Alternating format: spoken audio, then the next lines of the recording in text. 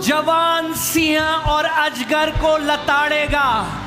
You will trample on young lions and serpents. And देख, मैंने तुझे सांपों और बिच्छुओं को रौंदने का और शत्रु की सारी सामर्थ के ऊपर अधिकार दिया है। behold, I have given you power to trample on snakes and scorpions and over all the power of the enemy.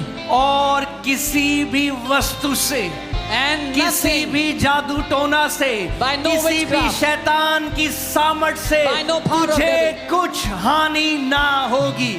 you will not be harmed by any of it. तेरे बगल में 1000, तेरे दाहिने ओर 10,000 गिरेगा, मगर वो तेरे निकट ना आएगा। 1,000 will fall by your side and 10,000 at your right hand, but it will not come near you. The truth will set you free. पहले सत्य आपको स्वतंत्र करेगा। Once you are free, एक बारी आप स्वतंत्र हो गए, then you will start flying. तब आप उड़ना शुरू करोगे।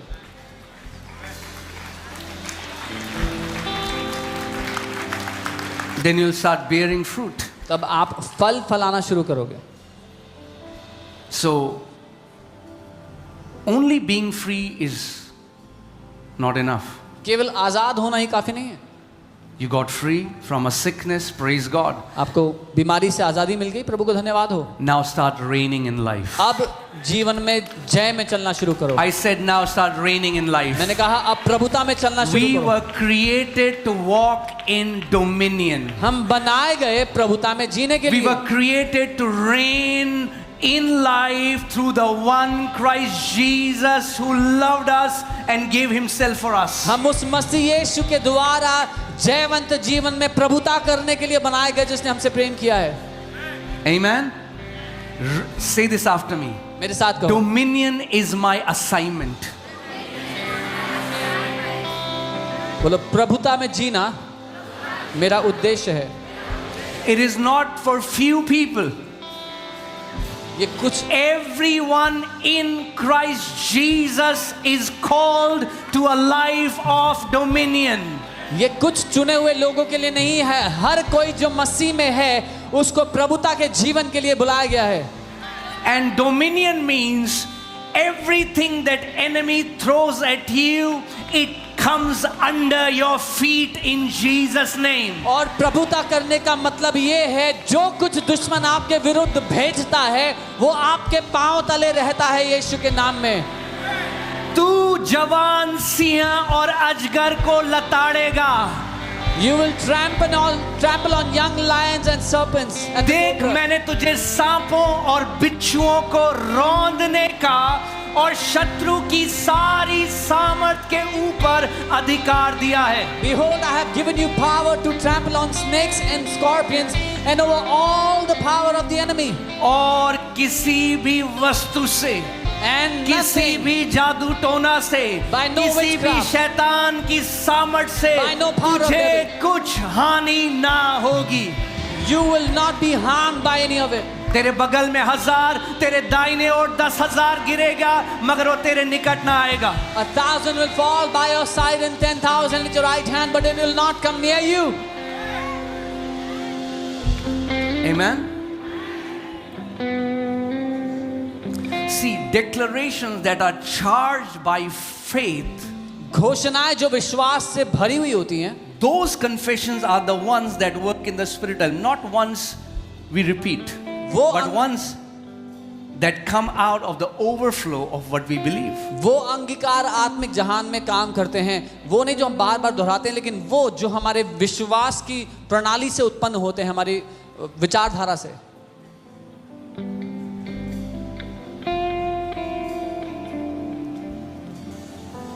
Are you ready for the word? आप तैयार हैं वचन के लिए? Well, this message ये संदेश, is the message devil fears the most. ये वो संदेश है जिससे शैतान सबसे ज्यादा डरता है। And he has been working overtime from last 2000 years that the church should not hear this message. और वो 2000 साल से ओवरटाइम मेहनत कर रहा है कि कलीसिया को ये संदेश ना सुनाई पड़े। Because the day this revelation enters your spirit man, you become unstoppable for the enemy. क्योंकि जिस दिन ये प्रकाशन आपके आत्मिक मनुष्य में प्रवेश कर गया, वो शैतान आपको कभी रोक नहीं पाएगा। फिर He cannot bind you anymore. वो आपको और बांध नहीं पाएगा। His dirty tricks won't work in your life. उसकी घृणित युक्तियां आपके विरुद्ध काम नहीं You are करेंगी। set free from deception. आप धोखे से आजाद हो जाएंगे। And that's why he doesn't want you to hear this. इसीलिए वो नहीं चाहता आप ये सुन पाओ। So let nothing stop you from hearing this word. इसीलिए कोई भी चीज आपका ध्यान भटकाने ना पाए, आपको रोकने ना पाए आज ये वचन सुनने से। And don't just hear it, और सिर्फ सुनना मत, become it. वो संदेश बन जाना खुद। I pray today मेरी you ये will प्रार्थना become है। this message. मेरी प्रार्थना है आज कि आप ये संदेश बन जाएं। Amen. Come on, lift up your hands. अपने हाथों And with को a उठाएं। genuine heart pray, Lord, open my understanding today's word as it lands in my heart, Father. I pray that there will be an explosion of revelation knowledge. आज उस पिता से पूरी ईमानदारी से कहें, प्रभु मेरे दिल को मैं खोलता हूँ। आज जब मैं ये वचन मेरे दिल पे आता है, आपका प्रकाशन मेरी जिंदगी में खुल जाए इसके द्वारा। This will become the very foundation of my life. ये मेरे जीवन की नींव बन जाएगा।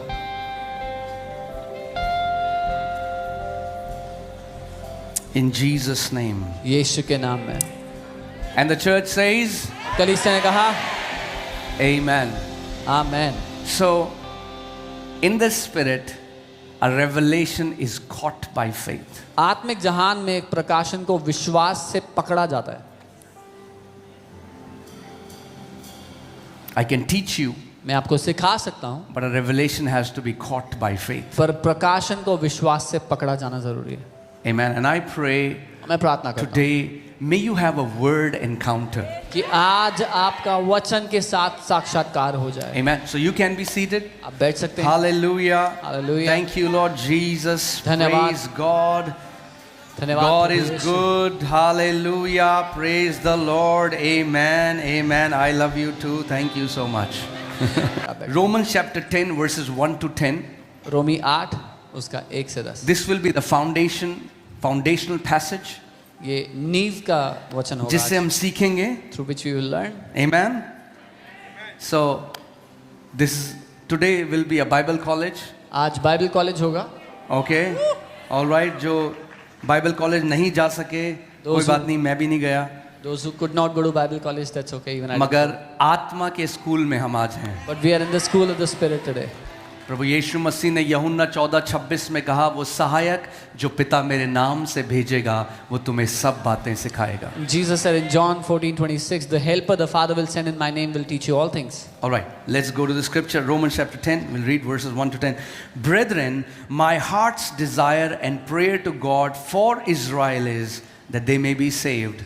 हे भाइयों, मेरे मन की अभिलाषा और मेरे मन की अभिलाषा उनके लिए परमेश्वर से प्रार्थना है कि वो उद्धार पाएं। Okay, so Apostle Paul इज़राइलियों के लिए ये प्रार्थना, ये हृदय रखता है कि वो क्या पाएं? उद्धार पाएं. Apostle Paul has this desire for the Israelites that they'll be saved. इसका मतलब यदि कोई यहूदी या इज़राइल है तो ऑटोमेटिक उनको उद्धार नहीं मिला. That means if someone's an Israelite, they don't get automatically saved. आज कई मसीहियों को ये नहीं पता तो वो सोचते हैं कि अगर कोई ज्यू है तो वो एक मसीह से ऊपर है परमेश्वर की नज़र में. Some believers don't understand this, don't know this, so they think if someone's a Jew, they are greater than a believer. मगर पॉल कह रहा है कि ये मेरी इच्छा है, ये मेरी प्रार्थना है कि जो इज़राइली हैं वो क्या हो, वो बचाए जाएं या उद्धार पाएं. यानी वो बचाए गए नहीं है. But Paul is saying, my desire, my prayer is that Israelites would be saved. That means they are not saved. For I bear them witness that they have a zeal for God, but not according to knowledge. क्योंकि मैं उनका गवाह हूं इस बात में कि उनमें परमेश्वर की धुन तो है लेकिन बुद्धिमानी के साथ नहीं. उनके अंदर क्या है? इंग्लिश बाइबल जो वर्ड कह रही है zeal, उनके अंदर जलन है परमेश्वर को लेके. They have zeal for God. जलन है. They have zeal. तो 3 बारी उपवास करते हैं एक हफ्ते में. So they fast 3 times a week. पुदीने जीरे का भी दशमांश देते हैं. Even the spices and everything they have. अपने आप को पूरा विधि के हिसाब से चलने की कोशिश करते They हैं, try to walk according to all the rituals. अपने आप से जो कर सकते हैं वो करते हैं परमेश्वर को खुश करने के लिए, Whatsoever they can do on their own, they try to do it to please God. मगर फिर भी उद्धार नहीं है. But even then, they do not have salvation. So hear this, सुनिए. your religious duties cannot save you. आपके धर्म कर्म के काम आपको उद्धार नहीं देते, नहीं दे सकते. Your fastings cannot save you. आपके उपवास आपको नहीं बचा सकते. Your giving cannot save you. आपकी भेंट देने से आप नहीं बच सकते. We are not saved by good works. हम अच्छे काम करके उद्धार नहीं पाते. We are saved for good works. हमें उद्धार मिला कि अब हम अच्छे काम करें. Okay? So they have a zeal for God but not according to knowledge. उनमें परमेश्वर के लिए धुन तो है पर ज्ञान नहीं है परमेश्वर का. Not according to which knowledge? According to revelation knowledge. प्रकाशन का ज्ञान नहीं है उसके क्योंकि वो अनुसार. तो वही कर रहे हैं जो मूसा से उन्होंने सीखा. Because they are doing what they learned from Moses. They are circumcised. उन्होंने खतना किया. They are observing all the Jewish festivals. सारे यहूदी पर्व मनाते हैं. पूरी व्यवस्था को मानने की कोशिश करते हैं, They try to follow the entire law. मगर फिर भी उद्धार नहीं मिला है. But even then they do not have salvation. Now hear this. अब सुनिए. अब सुनिए. For they being ignorant of God's righteousness क्योंकि परमेश्वर की धार्मिकता से अनजान होकर and seeking to establish their own righteousness, अपनी ही धार्मिकता स्थापित करने का यत्न करते हैं. they have not submitted to the righteousness of God. और परमेश्वर की धार्मिकता के अधीन नहीं होते. वो परमेश्वर की धार्मिकता से क्या है?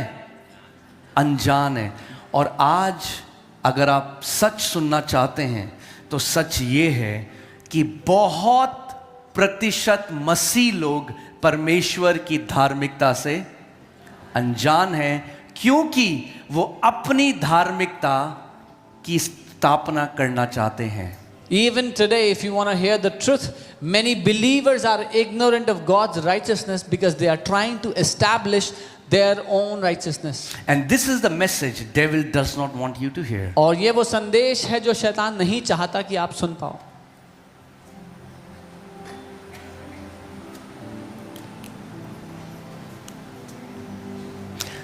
आज भी मेजॉरिटी मसीह जो आपको मिलेंगे उनकी लाइफ का सार मैं आपको बताऊं, ज्यादा उपवास करो, ज्यादा प्रार्थना करो. Even today, majority believers you will meet, let me tell you the summary, the crux of their life. Pray more, fast more.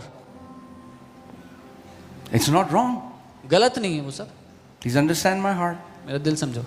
But they are trying to establish their righteousness by their fastings and prayers. That's the problem. लेकिन वो अपने उपवासों और प्रार्थनाओं से अपनी धार्मिकता को स्थापित करने की कोशिश कर रहे हैं. उन्होंने अपने आप परमेश्वर की धार्मिकता के अधीन ना किया, क्योंकि उन्होंने अपनी धार्मिकता स्थापित करने की कोशिश करी. They did not subject themselves to the righteousness of God because they were trying to establish their own righteousness.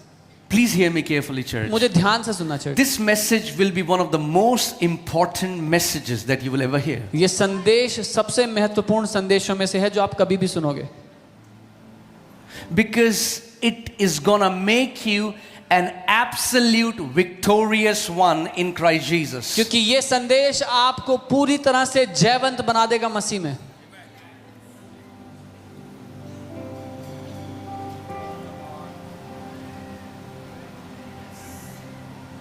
कैसे मनुष्य धार्मिकता स्थापित करने की कोशिश करता है? How does man try to establish righteousness? धर्मी कार्य करके. By righteous works, by works of religion. यहूदी लोग कैसे अपनी धार्मिकता स्थापित करना चाह रहे थे परमेश्वर के सामने? How were the Jews trying to establish their own righteousness? अपने उपवासों से, By their fastings, अपने देने से, by their giving, अपने सारे जो उनके रीति रिवाज थे, जो विधि थी, उसके द्वारा जीने से. by following all the rituals, living according to their traditions. कैसे आज आपको पता चलेगा कि क्या आप अपनी धार्मिकता स्थापित करने की कोशिश कर रहे हो Today, how can you know whether you are trying to establish your own righteousness? How will you know? कैसे मालूम होगा आज?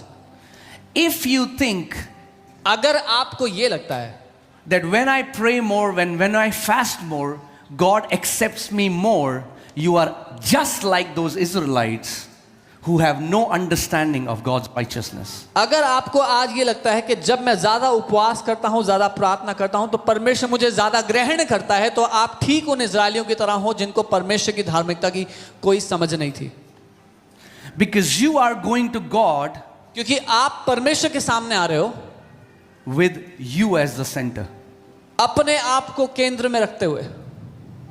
देख प्रभु 2 महीने हो गए, मैंने कोई पाप नहीं किया. See Lord, it's been 2 months, I have not committed any sin. मैंने 40 दिन का उपवास किया, परमेश्वर अब तो दे दे. I fasted 40 days, God, now give it. अब तो मैं ऐसे खड़ा हो सकता हूं प्रभु आपके ऊपर. Now Lord, I can stand before you like this. And when you try to stand in your own righteousness before God, you disqualify yourself. और जब आप अपनी धार्मिकता के बलबूते परमेश्वर के सामने खड़े होते हो, अपने आप को उस जगह के लिए अयोग्य ठहरा देते हो.